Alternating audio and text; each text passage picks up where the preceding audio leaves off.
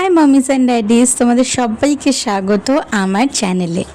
বাচ্চারা অনেক ক্ষেত্রেই খাবার রিফিউজ করে থাকে। বাচ্চাদের খাবার রিফিউজ করার অনেকগুলো কারণ আছে, তার মধ্যে অন্যতম হলো খাবারের টেক্সচার। কোনো কোনো বাচ্চা এরকম ধরনের টেক্সচার পছন্দ করে, কেউ এর থেকে পাতলা, আবার অনেকের এর থেকে পাতলা হলে খেতে অসুবিধা হয়, সেক্ষেত্রে আর একটু শক্ত। আমার মেয়ে কোকো, সে এরকম ধরনের খাবার পছন্দ করে বলে আমি তাকে এই টেক্সচারের খাবার প্রোভাইড করি।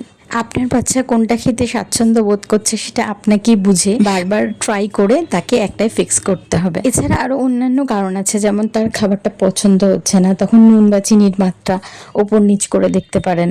আবার অনেক ক্ষেত্রে পেট ভর্তি থাকলেও হয়ে থাকে, সেক্ষেত্রে খাবারের গ্যাপটা বাড়িয়ে দেবেন। আবার এমনও হয় বাচ্চা হয়তো অন্য কোনো বিষয়ে খুবই মনোযোগ করছে, লাইক কোনো একটা নতুন খেলনা পেয়েছে, সেটাকে দেখছে, সেটা নিয়ে বিজি আছে, তখনও হয়তো তার খাবার দেখে মন থাকে না। আমাদের একটার পর একটা ট্রাই করে তাকে বুঝে বুঝে আমাদের সেরকম ভাবে স্টেপ ফেলতে হবে, কারণ আমরা তো মা না, আমরা বুঝবো না তো ওদের আর কে বুঝবে।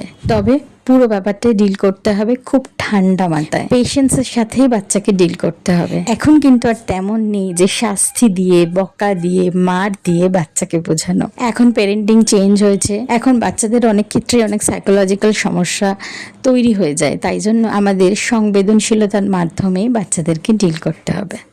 দেখো,